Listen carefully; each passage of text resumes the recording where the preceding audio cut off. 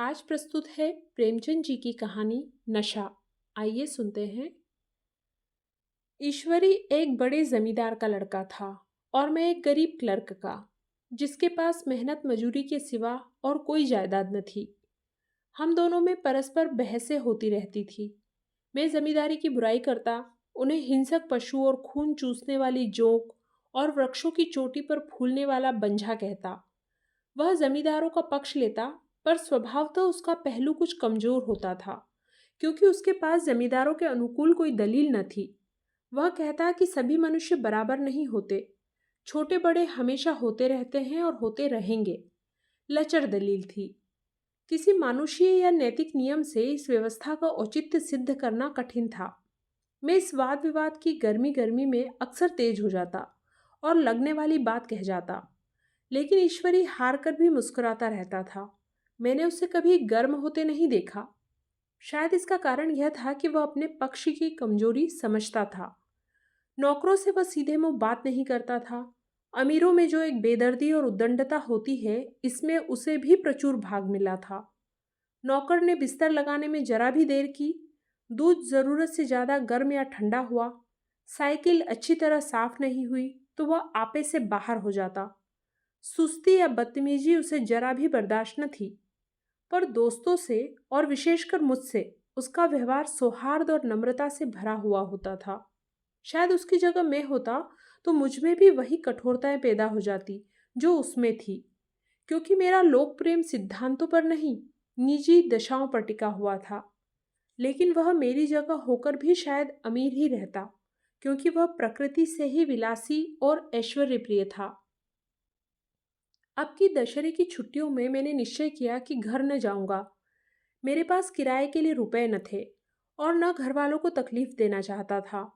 मैं जानता हूँ वे मुझे जो कुछ देते हैं वह उनकी हैसियत से बहुत ज्यादा है। उसके साथ ही परीक्षा का ख्याल था। अभी बहुत कुछ पढ़ना है। बोर्डिंग हाउस में भूत की तरह अकेले पड़े रहने को भी जीना चाहता था। इसीलिए जब ईश्वरी ने मुझे अपने घर का नेवता दिया तो मैं बिना आग्रह के राजी हो गया। ईश्वरी के साथ परीक्षा की तैयारी खूब हो जाएगी। वह अमीर होकर भी मेहनती और ज़हीन है। उसने इसके साथ ही कहा, लेकिन भाई एक बात का ख्याल रखना, वहां अगर जमींदारों की निंदा की तो मामला बिगड़ जाएगा और मेरे घर वालों को बुरा लगेगा। वह लोग तो असामियों पर इसी दावे से शासन करते हैं कि ईश्वर ने असामियों को उनकी सेवा के लिए ही पैदा किया है। असामी भी यही समझता है। अगर उसे सुझा दिया जाए कि जमींदार और असामी में कोई मौलिक भेद नहीं, तो जमींदारी का कहीं पता न लगे। मैंने कहा, तो क्या तुम समझते हो कि मैं वहां जाकर कुछ और हो जाऊंगा? हाँ, मैं तो यही समझता हूँ। तुम गलत समझते हो। ईश्वरी ने इसका कोई जवाब न दिया।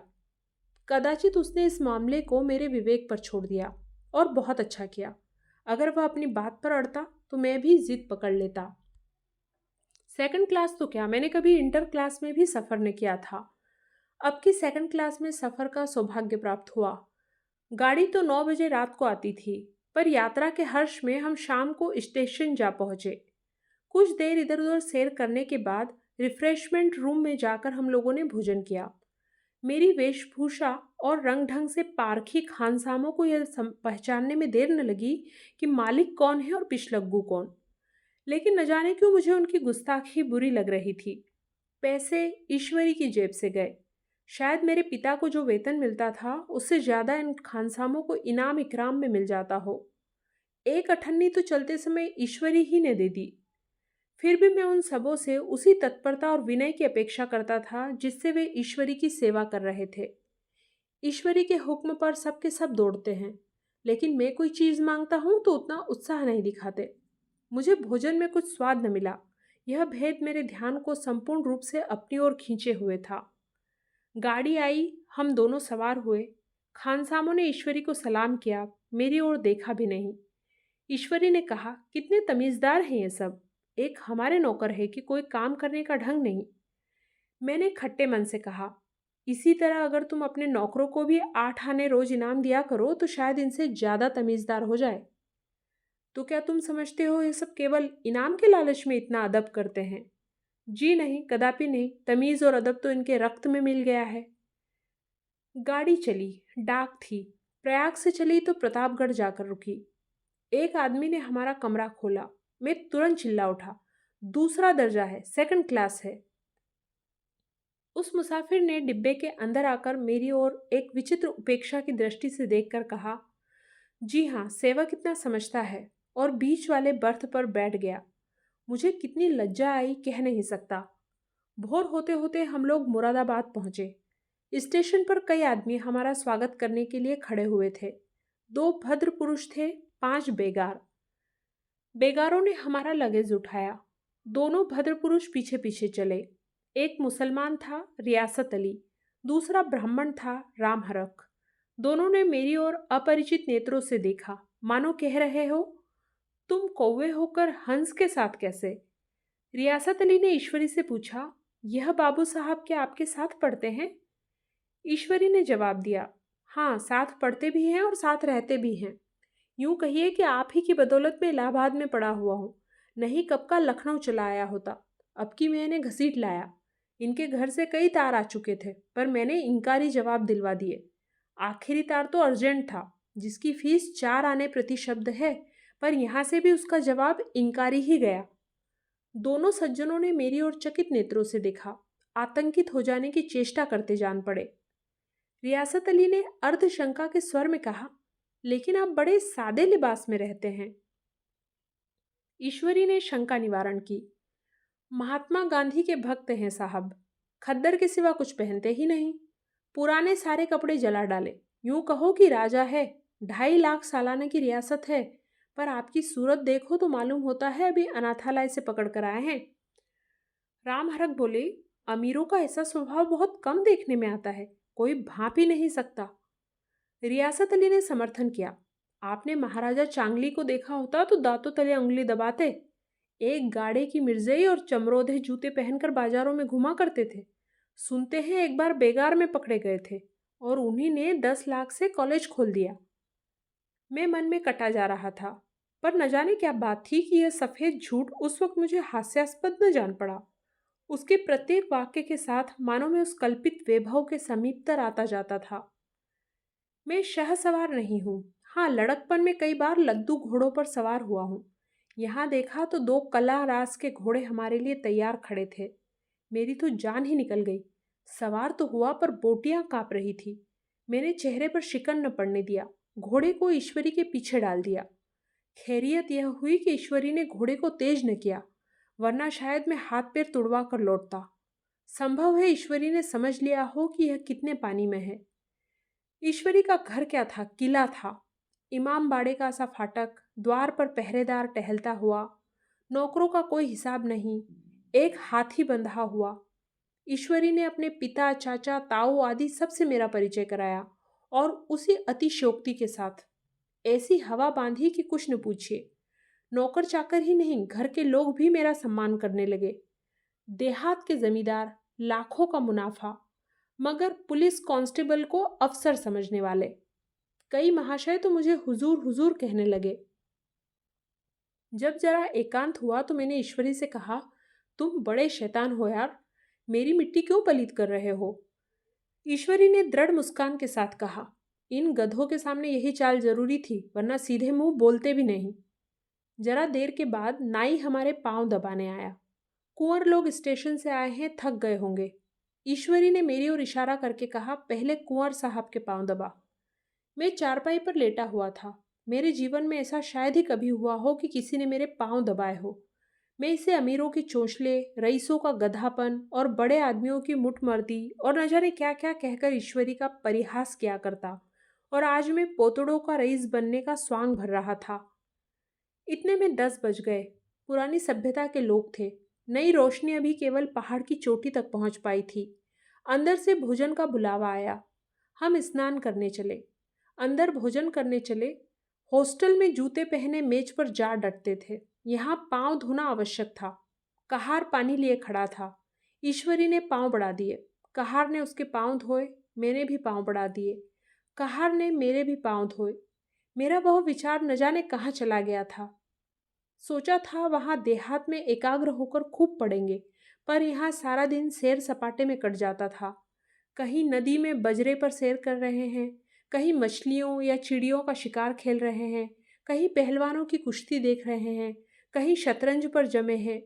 ईश्वरी खूब अंडे मंगवाता और कमरे में स्टोव पर आमलेट बनते। नौकरों का एक जत्था हमेशा हमें घेरे रहता। अपने हाथ पांव हिलाने की कोई ज़रूरत नहीं, केवल जबान हिला देना काफ़ी है। नहाने बैठो तो आदमी नहलाने को हाजिर, लेटो तो आदमी पंखा झलने को खड़े। मैं महात्मा गांधी का कुंवर चेला मशहूर था। भीतर से बाहर तक मेरी धाक थी।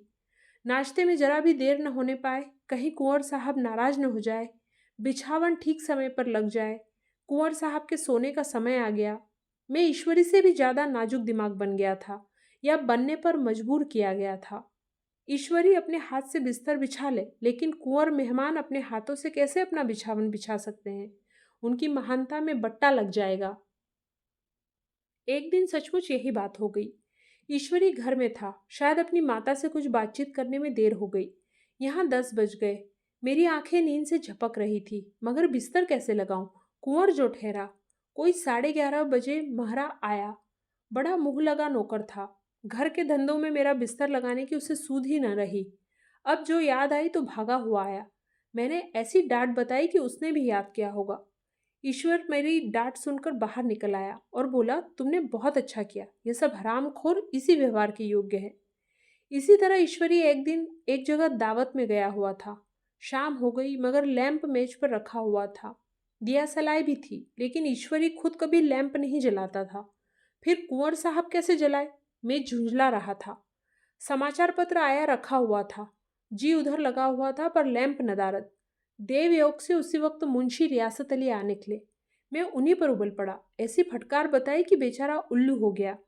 तुम लोगों को इतनी फिक्र भी नहीं कि लैंप तो जलवा दो? मालूम नहीं ऐसे कामचोर आदमियों का यहाँ कैसे गुजर होता है। मेरे यहाँ घंटे भर निर्वाह न हो। रियासत अली ने कांपते हुए हाथों से लैंप जला दिया। वहां एक ठाकुर अक्सर आया करता था, कुछ मनचला आदमी था, महात्मा गांधी का परम भक्त। मुझे महात्मा जी का चेला समझकर मेरा बड़ा लिहाज करता था, पर मुझसे कुछ पूछते संकोच करता था। एक दिन मुझे अकेला देखकर आया और हाथ बांधकर बोला, सरकार तो गांधी बाबा के चेले हैं ना? लोग कहते हैं कि यहाँ स्वराज्य हो जाएगा तो जमींदार न रहेंगे। मैंने शान जमाई, जमींदारों के रहने की जरूरत ही क्या है? यह लोग गरीबों का खून चूसने के सिवा और क्या करते हैं? ठाकुर ने फिर पूछा, तो क्यों सरकार, सब जमींदारों की जमीन छीन ली जाएगी? मैंने कहा, बहुत से लोग तो खुशी से दे देंगे, जो लोग खुशी से न देंगे उनकी जमीन छीननी ही पड़ेगी। हम लोग तो तैयार बैठे हुए हैं, जो ही स्वराज्य हुआ अपने इलाके असामियों के नाम हिब्बा कर देंगे। मैं कुर्सी पर पांव लटकाए बैठा था। ठाकुर मेरे पांव दबाने लगा, फिर बोला, आजकल जमींदार लोग बड़ा जुल्म करते हैं सरकार। हमें भी हुजूर अपने इलाके में थोड़ी सी जमीन दे दे तो चलकर वहीं आपकी सेवा में रहे। मैंने कहा, अभी तो मेरा कोई इख्तियार नहीं है भाई, लेकिन जो ही इख्तियार मिला मैं सबसे पहले तुम्हें बुलाऊंगा। तुम्हें मोटर ड्राइवरी सिखाकर अपना ड्राइवर बना लूंगा। सुना उस दिन ठाकुर ने खूब भांग पी और अपनी स्त्री को खूब पीटा और गांव के महाजन से लड़ने पर तैयार हो गया। छुट्टी इस तरह तमाम हुई और हम फिर प्रयाग चले। गांव के बहुत से लोग हम लोगों को पहुंचाने आए। ठाकुर तो हमारे साथ स्टेशन तक आया। मैंने भी अपना पार्ट खूब सफाई से खेला और अपनी कुबेरोचित विनय और देवत्व की मुहर हर एक हृदय पर लगा दी। जी तो चाहता था हर एक नौकर को अच्छा इनाम दूं, लेकिन वह सामर्थ्य कहाँ थी। वापसी टिकट था ही, केवल गाड़ी में बैठना था, पर गाड़ी आई तो ठसाठस भरी हुई। दुर्गा पूजा की छुट्टियां भोग कर सभी लोग लौट रहे थे। सेकंड क्लास में तिल रखने की जगह नहीं, इंटर क्लास की हालत उससे भी बदतर। यह आखिरी गाड़ी थी, किसी तरह रुक न सकते थे। बड़ी मुश्किल से तीसरे दर्जे में जगह मिली। हमारे ऐश्वर्य ने वहां अपना रंग जमा लिया, मगर मुझे उसमें बैठना बुरा लग रहा था। आए थे आराम से लेटे लेटे, जा रहे थे सिकुड़े हुए। पहलू बदलने की भी जगह न थी। कोई आदमी पढ़े लिखे भी थे। वे आपस में अंग्रेजी राज्य की तारीफ करते जा रहे थे। एक महाशय बोले, ऐसा न्याय तो किसी राज्य में नहीं देखा, छोटे बड़े सब बराबर। राजा भी किसी पर अन्याय करे तो अदालत उसकी गर्दन दबा देती है। दूसरे सज्जन ने समर्थन किया, अरे साहब, आप खुद बादशाह पर दावा कर सकते हैं, अदालत में बादशाह पर डिग्री हो जाती है। एक आदमी जिसकी पीठ पर बड़ा गट्ठर बंधा था कलकत्ते जा रहा था। कहीं गठरी रखने की जगह न मिलती थी, पीठ पर बांधे हुए था। इससे बेचैन होकर बार बार द्वार पर खड़ा हो जाता। मैं द्वार के पास ही बैठा हुआ था। उसका बार बार आकर मेरे मुंह को अपनी गठरी से रगड़ना मुझे बहुत बुरा लग रहा था। एक तो हवा यूं ही कम थी, दूसरे उस गंवार का आकर मेरे मुंह पर खड़ा हो जाना मानो मेरा गला दबाना था। मैं कुछ देर तक जब्त किए बैठा रहा। एकाएक मुझे क्रोध आ गया। मैंने उसे पकड़कर पीछे ढेल दिया और दो तमाचे जोर जोर से लगाए। उसने आंखें निकालकर कहा, क्यों मारते हो बाबूजी? हमने भी किराया दिया है। मैंने उठकर दो तीन तमाचे और जड़ दिए। गाड़ी में तूफान आ गया। चारों ओर से मुझ पर बौछार पड़ने लगी। अगर इतने नाजुक मिजाज हो तो अव्वल दर्जे में क्यों नहीं बैठे? कोई बड़ा आदमी होगा तो अपने घर का होगा। मुझे इस तरह मारते तो दिखा देता। क्या कसूर किया था बेचारे ने? गाड़ी में सांस लेने की जगह नहीं, खिड़की पर जरा सांस लेने खड़ा हो गया तो उस पर इतना क्रोध। अमीर होकर के आदमी अपनी इंसानियत बिल्कुल खो देता है। यह भी अंग्रेजी राज है जिसका आप बखान कर रहे थे। एक ग्रामीण बोला, दफ्तरन मां घुसन तो पावत नहीं, उस पर इतना मिजाज। ईश्वरी ने अंग्रेजी में कहा, what an idiot you are Veer. और मेरा नशा अब कुछ कुछ उतरता हुआ मालूम होता था। इस कहानी में इतना ही। धन्यवाद।